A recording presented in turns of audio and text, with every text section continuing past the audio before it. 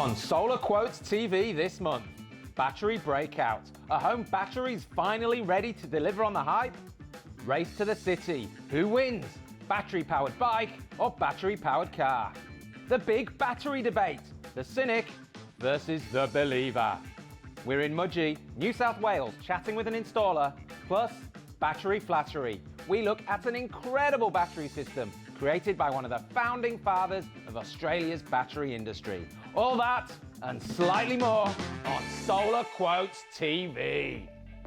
Hello and welcome to SolarQuotes TV, where this month we're looking at batteries from cars to homes. And we ask, is the battery age finally here? Now, when I was a kid, the past wrote checks for the future that reality couldn't cash. I never got a flying car, let alone a jetpack, and Ronald told me a picture book he had promised the 2020 Olympics would be on the moon. We didn't even have an Olympics in 2020, let alone a moon colony to hold it on. Ronald's picture book isn't the only crazy technology forecast that hasn't come through. Only 5 years ago, Morgan Stanley analysts made a middle-of-the-road prediction that by 2020, 1 million Aussie homes would have a battery. Well, it's 2021 and only 110,000 Aussie homes have a battery. I know that's a rolled gold fact because I got it from the Bible of Aussie solar number crunchers, Warwick Johnston at Sunwiz. Cheers, Warwick. So when will batteries go mainstream in Australia? Here's my best guess. If we look at the classic technology adoption curve and consider that in 2021, about 10% of solar buyers choose a battery too, we're getting towards the edge of the early adopters phase of the market. For the battery market to really take off, it has to cross the chasm between early adopters and the early majority, as described in Geoffrey Moore's classic 1991 book, Crossing the Chasm. The chasm is the obstacle between early adopters and the pragmatists in pain. To cross the chasm, the pain of the pragmatists must outweigh the fairly big cost of getting a battery. So two things have to happen. One, home battery packs have to continue to fall in price. Secondly, the pain of peak evening electricity prices has to get worse. And both these things are happening. My best guess is that we'll cross the chasm in about 3 years. But take what I say with a pinch of salt, as I'm a hopeless optimist. 10 years ago, I told my eldest daughter she would never need to learn to drive, as we'd have robo-taxis by the time she was 16. She turned 16 in April. Now, to this month's field test, where we attempt to find out which mode of transport can cut through city traffic faster. An electric, battery-powered bike or an electric car. So I'm just going to jump into my DeLorean to get to the start line. Welcome to the southern suburbs of Adelaide on a very crisp winter's morning in July. We're 17 kilometres from the SolarQuotes office in Adelaide CBD, and Ronald and I today are going to be seeing which is the best vehicle for commuting. Is it a battery-powered car or a battery-powered bike? Now let's talk about your car, Ronald. You've got a Mini Cooper SE. That's right. You've got a 180 horsepower electric motor. Oh yeah. You've got about 33 kilowatt hours of battery storage. Fully charged. Compared to my beast, which is a third of a horsepower in the motor and half a kilowatt hour of battery storage. And how much in your legs? Incalculable. Oh, you think so? So you confident? Oh, I'm very confident. Thank you, pandemic. It's going to be a low traffic day because of a disease, and I'm going to beat you. You're going down, Peacock. So hold your horses there, Ronald. Or should I say Steve McQueen. We're going to be judging this on 5 criteria. Oh. The first one, the one you're excited about, speed. The winner wins that one. Comfort, a bit subjective maybe. We're going to judge it on the cost of the vehicle. We're going to judge it on the cost of the fuel, well, the electricity that's used. And we're going to judge it on environmental impact. Oh, okay, that's good, but I'm going by 1. Who wins?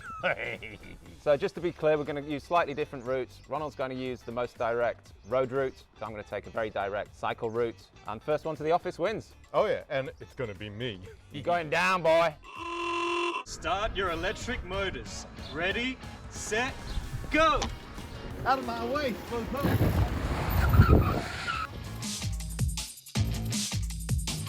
Quite a headwind today. Another advantage for Mr. Brackles. There's more traffic than I was expecting on this day, but how could he be me? Yeah, baby! Who are these clowns? NBN. Thanks, Tony up at Malcolm Turnbull. Woohoo! See if we can make this light. No! Victory denied. Well, total victory will be mine. Oh, look, it's green. I'm going like a madman. Oh, acceleration on this thing is awesome. We're at 60 already. Oh, slow down. Oh, 63. Crikey, I can't afford another ticket.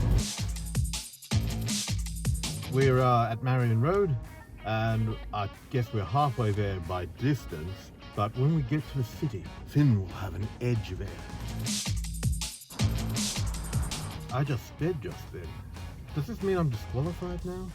We just won't tell Finn. And we won't tell the police either. Oh, tram crossing's with us. Thank you.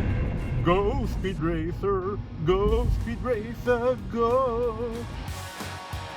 We left at 8:52, 23 minutes ago, feeling very confident. I'm about to hit King William, so we're right at the bottom of the CBD in a minute. Only got a couple of kilometers to go. We've hit the beautiful Adelaide Parkland. Ronald, did you organise these roadworks? Yes! Very close now. We're at the car park.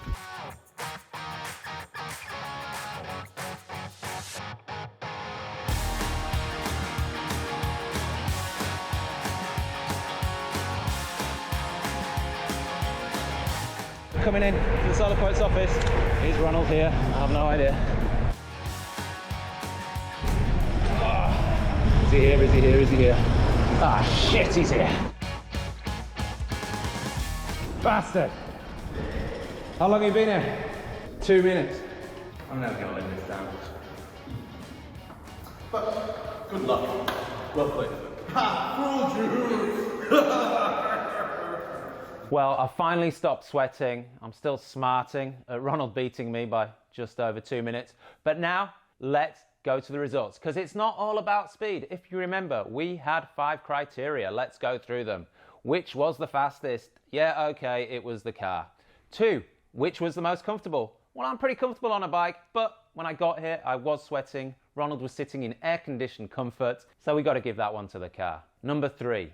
Cost of the vehicle. Well, Ronald's vehicle cost 60,000 Australian dollars. Mine cost $9,000. I think we can give that to the bike. Second, the cost of fuel. My bike used 200 watt hours of energy to get to the office. That's about 6 or 7 cents of electricity. Ronald in his car used 3 kilowatt hours, 3,000 watt hours of energy. That's about $1 worth of electricity. So that one goes to the bike. So at the moment it's 2-2, car, bike. The third one is environmental impact. Well, my battery is 500 watt hours, half a kilowatt hour. Ronald's battery was 33 kilowatt hours, so that's 66 times bigger just for the battery. So obviously, the car takes a lot more resources to build. Also, although the Mini is powered from solar, that solar could have gone into the grid to offset grid electricity. So it did use a lot more energy, so that one goes to the bike. So I'm happy to say 3-2 to the bike. The bike is the best way to travel to work. I'm totally biased, but I'm really happy we won. Stick that up, yeah, Ronald! Recently, Margarita, that mans the SolarQuotes help desk, got a number of emails asking about an ABC article about batteries that was online recently. The gist of the ABC article was there was big power outages in Dandenongs in Victoria recently, multi-day power outages. So an ABC journalist went to see 3 different households. 2 of them had traditional lead-acid grid-connected battery systems. One of them had, as it was described, a fancy Tesla Powerwall 2. And what the journalist discovered was that the people with the lead-acid batteries seemed to sail through the outages no problem, whereas the old couple with the Powerwall 2 couldn't rely on the Powerwall 2. The battery died, allegedly, and they had to get out a generator and burn diesel. So lots of questions coming in saying, hey, is it true that Powerwall 2s are no good in an outage and we should go back to lead acid? No, it's not. This wasn't a great article, in my opinion, because it didn't go into the details of exactly what happened and it wasn't clear. Here's my best guess as to what happens. When the article said the Powerwall 2 started to die, I'm pretty sure that's because it hit its power limit. The Powerwall 2 can do a continuous 5 kilowatts of power, but this couple had underfloor heating. Now, underfloor heating is the worst load to have on a battery because it pulls a crap load of power for a long time, so it pulls a crap load of energy. So my best guess is they switched the underfloor heating on and the battery said, whoa, that's too much power, more than 5 kilowatts for way too long, I'm shutting down gracefully, which is what it should do. Now, why did that happen? I can only assume that the installer that put the battery in didn't educate the homeowners on how the battery worked and also backed up the whole house, which is another problem. The advice we always give is if you're backing up your house with an on-grid battery system, don't back up the whole house. Get essential circuits. Decide what circuits you can't live without in a blackout. So don't make the mistake that this couple made. To be fair, Tesla do market the Powerwall as whole house backup. That's irresponsible in my opinion. But if you use a good installer, he or she will counsel you don't want whole house backup unless you live in a tiny little cabin and use bugger all power and energy. So use a good installer, think about what appliances you want to use when the zombies come, and you'll be fine. You don't have to rely on old school lead acid batteries. It all comes down to education and good installers. So with SA leading the nation for battery installations, our video guy, one-time hack journo, James Wakelin, has headed out to have a chat to one of the early battery converts to find out their experience. Thanks, Finn. I'm joined by Paul Kolomitsev out here at West Beach in Adelaide. Paul's got a solar and battery system. Paul, tell us a little bit about your system. Yeah, thanks, James. We put 28 Jinko panels up on the roof, which feeds into a 6 kilowatt 3-phase inverter, and then into the old Powerwall 2 Tesla battery. How did it all unfold? So we were renovating, and so back in 2016-17 we had the opportunity to access the walls, so the solar panels went in first, and that did make a big difference, to be honest. That, along with some passive cooling and heating products, and change across to LED lights as well. Our bills did decrease. They were sitting at around, embarrassingly, around the $5,000 mark a year. But it was when the batteries kicked in, that was when we saw significant change. The battery system has been in for 1 year, and we went from those bills, and it got to the point where we were actually in credit. Now, the battery deal itself, you did pretty well. Yeah, it was perfect timing for us. We were able to get the $6,000 SA government rebate, plus there was another $1,000 and a bit for changing across to the VPP. What did that mean for you? Pretty good payback? Our cost was $5,500, and with bills that were $5,000 a year, it doesn't take too long to actually meet that cost, does it? And what about the VPP? How have you found that? Yeah, really good, actually. I'll pause you there, guys. Hang on a minute. I just think people might appreciate if we explain what a VPP is. The VPP is a virtual power plant. It's a bunch of home batteries all networked together, controlled by your electricity retailer typically. Now, the deal you do as that battery owner is you accept some money from the retailer, but here's the deal you're doing with the devil, let's be honest. Who likes their electricity retailer? The electricity retailer gets full control of your battery. They can use it pretty much how they please. Well, they've got to adhere to the terms and conditions that you signed and didn't read, remember those? So that's what a VPP is. It's you signing over the rights to use your battery to your electricity retailer so they can rip you off, so they can share the benefits with you. Back to you, Paul and James. It's designed to make sure that you've got power all the time, meaning at night it does reserve some power for you. Your panels feed the battery during the day, and then it can go into the grid, which is where you do make your profit. And then, however, if you are in winter, we do take power from the grid to make sure that there's enough energy in the battery for nighttime still. In terms of electricity bills, what are you seeing now? We did just pay our first bill this year, which is incredible. We've actually been in credit all year. We've slowly been chipping into that, but I did get my first bill. It was $36. Yeah, you wouldn't be too unhappy with that. No, it's an incredible result. Following on from last week, where we chatted to Mark from the Forefront team in Tassie, we're heading to another state now to check in with an installer in New South Wales, Mudgee to be exact. We're joined by Kim and Steve Harding from SPS Solar Water. SPS Solar started about 20 years ago this year.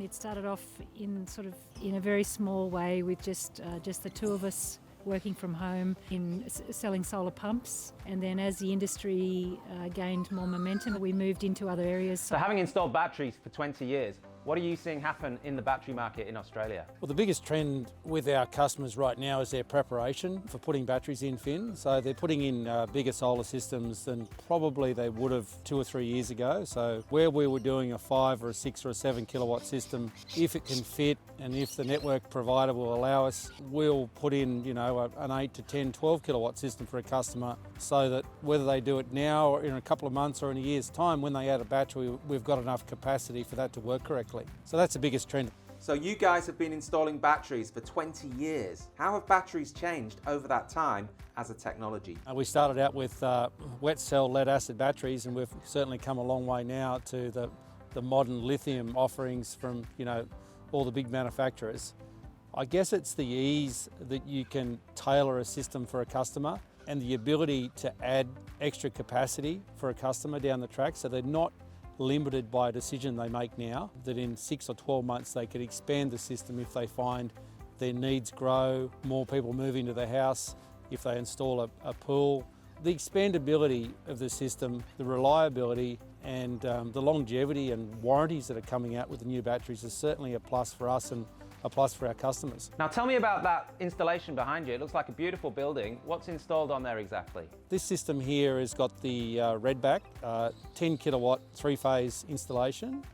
It's also got the 14.4 kilowatt hours of Pylon-Tech batteries there as well. Redback has been another great success story in Australia, manufactured up in Brisbane. Again, great support, great warranties, easy installation. The system is pretty much pre-wired when we get it. It makes for a quick and cost-effective installation. So guys, what do you think the future for solar and batteries is? Have we reached the tipping point yet? Well, that's a good question. I guess it comes down to educating the marketplace. There's a lot of information out there which is either, you know, not true or not on the mark technically. And so it's up to businesses like ourselves and the people that come into contact with the customers is to educate them correctly on what reliable options that are out there. But as for the future, I think it's an education, it's new offerings that will come to the market every year.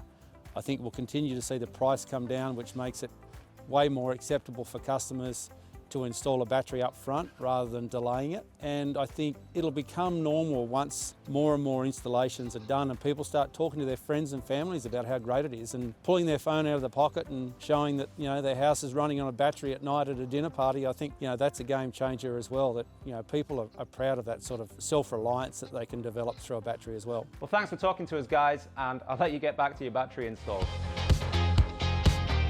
Now, for our solar tech this month, I'm giving my 2 minutes to one of the pioneers of Australia's battery industry, Simon Hackett from Redflow. Over to you, Simon, and good luck keeping to those 2 minutes. Thanks, Finn. Here I am in Adelaide in front of some Redflow batteries that you can see behind me. These are really quite nifty batteries. They're something I found about almost 10 years ago now. Redflow batteries are kind of cool. They're designed in Brisbane.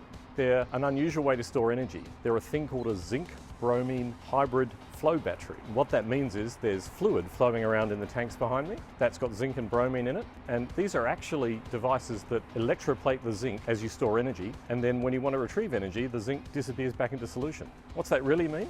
That it's an unusual battery and it does some really cool things. Redflow batteries don't care about being hot. You can run them up to 50C. They won't catch fire. In fact, they're fire retardant. They've got 100% depth of discharge and they keep that depth of discharge for their entire life. You can charge them up completely and turn them off and use them as a standby power generator. And they're made out of recyclable material. They're a very cool Australian invention, an alternative way to store energy. So the installation you can see behind me is in Adelaide in South Australia, and it's hooked onto solar and is running an office building that we have in Adelaide. But the thing I'd really like to show you is the new installation that we've built in Tasmania. It uses the same sort of batteries. The installation we have in Tasmania has got 100 kilowatts of solar on a big ground mount array, and we're gearing up to build a second 100. It's got 28 of these Redflow batteries installed and in a lovely big long room It looks really nice, and it's got an associated control system, a whole lot of Victron energy inverters that make it all tie together. We've built this system and running it in Tasmania because we want to build a very sustainable farm. We've got a lot of solar there. One of the things about Tasmania is it's the best place in the country for solar in summer. It's the worst place in winter. That's why we're going from 100 kilowatts to 200 kilowatts of solar. So we have enough to keep the place going in winter as well as in summer. In summer, we'll export the surplus and make some pocket money. And we're also really on a mission on our farm to make the place as sustainable as we can. And we want to get rid of all of our use of diesel. We want to convert everything on the farm to electric. All the cars, all the John Deere tractors, we want everything to be green. We don't want to burn any more diesel. And with that big solar array, we can achieve that. It's going to be a great place.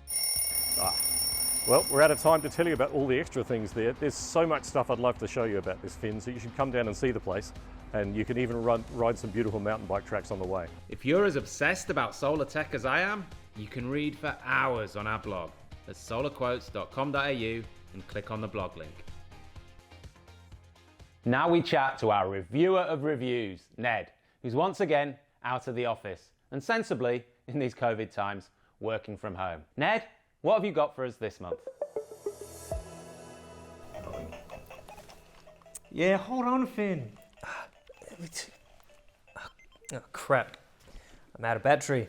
I wish I had something like a Tesla Powerwall to back me up in these situations. But you know, I've been looking at a review and it might be able to sway my opinion and maybe a couple of yours. Comes in from Alex, and it is the Tesla Powerwall installed by Sunrun Solar Victoria. Goes like this. We are pleased that we went for the Tesla 2. It has the capacity we need in Melbourne due to our cold, cloudy conditions in winter. Since the battery was commissioned, we have not drawn any energy from the grid. In addition, we have had 6 power outages which have had no impact on our household. The Tesla app is easy to use and can be accessed from anywhere in the country where you can get internet. The Tesla 2 may have cost a bit more, and as Finn and Ronald, who are those guys, say correctly, we probably will not break even for many years. But when you're only getting 0.02% on term deposits, at least we're making up near 8% on our investment in solar. And in the long run, when we sell up, one good bid at an auction and we can get our money back. Well, there you go. There's a great case for the Tesla 2 if you're not too worried about your budget or you're dead set on getting a battery or you need backup reasons. It's always a good decision. Well, I've got to go now. As you can see, I'm a rock star and I got a gig to go to. See you next time.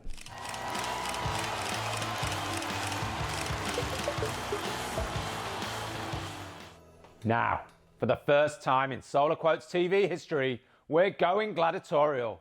In these 2 chairs, we'll be pitting battery cynic Ronald against the battery's biggest fan, Eddie May from NRG Solar. Good luck, gentlemen. May the mass debate commence. Thanks, Finn. So, Eddie, they've brought us here to make us fight. Okay. And I'm not going to put up with that. I think we should rebel because I'm one of Battery's biggest fans. So you backed out already. That's awesome. Okay. Oh, if it's going to be like that, let's just fight. Okay. So number 1, are home batteries worth the investment? Is buying a new car a good investment? If you ask me to crunch the numbers, I'll probably say no. If you want to buy a new car anyway, don't ask me to crunch the numbers. Simple. Full stop. Well, fair enough. Well, I can tell you right now that we've got thousands of batteries in the field, over 500 Teslas actually, and they're an absolutely amazing investment. And one of the things is that when you put on lots of solar, your return on investment is pretty good, but you use as much power as you like. But when you put on a battery, you're actually really careful with your solar because you want your battery to last longer. So that battery actually improves the ROI of your solar as well. So yeah, great investment. I've crunched some numbers and I found that maybe you can save money by getting a battery. Yeah, maybe it can pay for itself. But I have a problem with some people, not you, who tell little old grannies on pensions that they can save money by installing a battery when, if it's a good battery, it'll last longer than they do.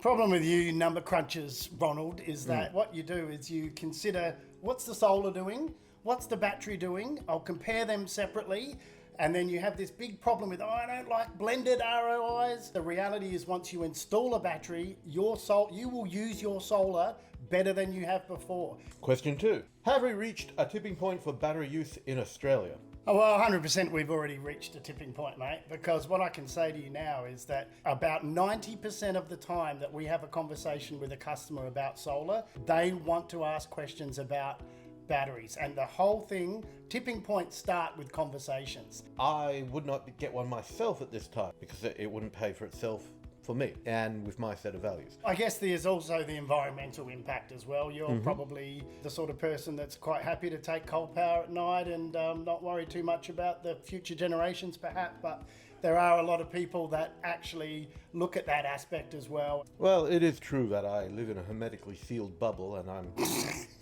planning to seal that lock and keep all the people and my family members out and leave them to die in the environmental catastrophe that'll happen if we don't stop burning coal and other fossil fuels. But that said, I can get a greater environmental return at the moment for installing solar. Eventually that'll change. Batteries are reducing in price, but not by as much as people thought they would. What do you think will happen to battery prices? Well, what do you think will happen? I know what you think will happen, because I read your blog from 2017 about your blended payback when you said, battery prices, Teslas are $11,000 to $13,000, and when they drop in price will be a major business for batteries. Well, since then, actually, a Tesla now around Australia is about $15,000. Battery cells have gone down in price, but home batteries have not seen the decrease I was expecting and hoping to see. So it appears that it's really difficult to make a good home battery. So some have pulled it off, Tesla. And if you go with a small battery brand nobody's heard of before, yeah, you may be taking a big risk there. But now, from now on, I'm sure they will fall in price. Oh, here we go. My answer to that is, in 2010, we were saying batteries will halve in price and they'll double in capacity. And you're still saying it now, but what you didn't realise that in 2019, they did halve in price and they did double in capacity, and that came true. So let that go. It's not going to halve again, and it's not going to double again. So, thank you, Eddie, for coming in. Appreciate it. We can hug or kiss, or maybe, because of COVID, I'm going to make an exception and just give you a fist bump. Yeah, that sounds good. Boom! All right. Oh, so powerful! It started with SA's big battery, built in a rush after the state was plunged into darkness for 2 days. But other states have since followed suit. Victoria's latest battery eclipsing all others by some margin. Now, the battery that's being built right now in Victoria will, when it's built, be the biggest battery on Australia and the biggest battery in the world.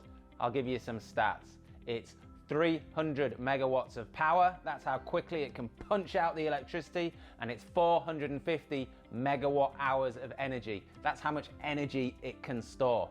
Interesting thing about this battery, well, there's loads of interesting things. One is, in summer, 250 megawatts out of the 300 megawatts max power is going to be reserved for emergencies. That's for stabilizing the grid when it needs it. When there's a big disparity between supply and demand, the battery can punch into the grid, keep the frequency stable, keep everything happy, avoid blackouts.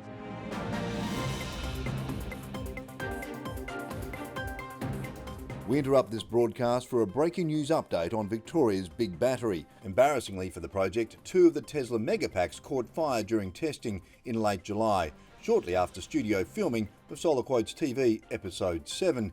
It remains to be seen what long-term impact the fire will have. While it's unclear, we believe Elon Musk will be parachuting in to fix the issue himself. Back to the show. What are the advantages of a big battery like this? Why are so many being built in Australia and around the world? Well, number one, they help ease variable renewable energy, because renewable energy, it's very reliable, but it's variable. When I say that, I mean because we can predict exactly how it's going to vary. It generally doesn't break down. We know if the sun comes out, the solar panels are going to generate. If the wind blows, the wind turbines are going to generate so much power. But obviously it is predictably variable. These batteries can help bring more renewables into the grid by filling those gaps and supporting the frequency. So there's the biggest battery in the world is going to be built in Victoria. Very hard for any other type of energy generation to compete with these big batteries. For one, they're so quick to build. The deal was only finalised in February and it's been promised for delivery in November. That's incredible. It takes years to build conventional power stations. Now, to a bit of show and tell. Thanks very much to all the installers and home battery owners who sent in their brilliant photos of their battery installs. Nicely done. and consider yourselves all winners of our Instagram battery competition. Yes, folks, we're on the gram. Is that how you say it? Give us a follow, and if you haven't already subscribed to our YouTube channel, do it right now. Please? That was SolarQuotes TV, Episode 7, The Rise of Battery Power in Australia. It is rising, it is inevitable, and in 3 years' time, I reckon everyone watching this is going to have a battery on their house. Come back in 3 years, see if I was right. Thanks for watching, goodbye.